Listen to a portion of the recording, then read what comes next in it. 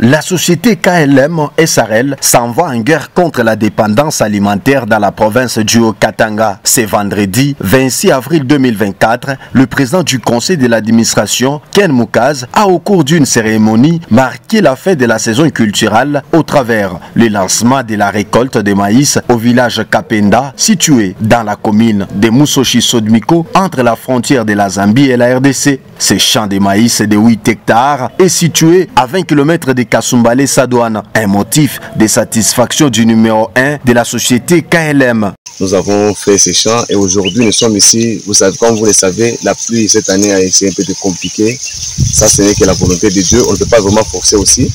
Mais nous avons pu constater qu'il est presque temps, puisque tous nos voisins commencent déjà à faire les récoltes déjà. Comme nous aussi, on ne peut pas vraiment rester indifférents. Nous sommes venus aujourd'hui pour lancer la fête de la moisson et c'est pour cela que nous sommes ici. Bien que la pluie n'était pas abondante cette saison, Ken Mukaz s'est dit satisfait du résultat des prémices de cette saison qui a valu beaucoup de sacrifices. Il faut faire le champ bien avant, il faut commencer au mois d'août, préparer les terrains, tout ça. Et au mois de septembre, vous semez déjà. Vous voyez, la pluie était pas trop, mais certainement, il y a eu quand même la pluie. Le peu que nous avons eu par la grâce de Dieu, vous voyez quand même les résultats. Vous avez visité les champs, vous avez vu comment. Oui, je suis vraiment satisfait, je peux dire à 80%. Moi, je pense que c'est déjà une réussite pour cette année, contrairement à l'année antérieure. Mais cette année, quand même, la moisson semble être bonne. Après le dégrainage, je vais encore vous faire venir pour voir comment est-ce que nous avons eu comme récolte.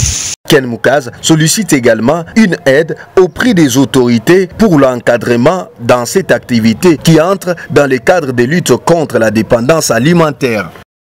Nous avons fait avec nos maigres moyens que nous avons. On ne demande pas l'argent aux autorités. Nous savons que le gouvernement provincial finance les agronomes, les agriculteurs que nous sommes. Nous aimons vraiment faire les champs. Nous voulons que la main du gouvernement provincial puisse aussi s'allonger sur nos petites visions que nous avons. Puisque seuls, vous voyez, on peut les faire, mais c'est épuisant. Vous savez, les ressources, vous voyez, tout ça c'est compliqué. Nous voulons qu'il y ait vraiment un accompagnement. Si vraiment il n'y a pas de moyens pour nous donner des intrants, même des agronomes, vraiment, des vrais techniciens peuvent venir aussi nous accompagner et nous donner des techniques nouvellement connues actuellement pour qu'on puisse vraiment améliorer notre récolte. Et surtout, parce que nos maïs que nous avons ici, on ne les vend pas à des grandes usines, nous vendons ça à la population à un prix vraiment qui facilite au moins la consommation. On fait aussi la lutte contre la famine. Au-delà du céréal de maïs, Ken Mukaz a également visité les champs d'essai de pastèques et patates douces pour une consommation locale, et cela dans le but de lutter contre la faim. Déjà prêt à être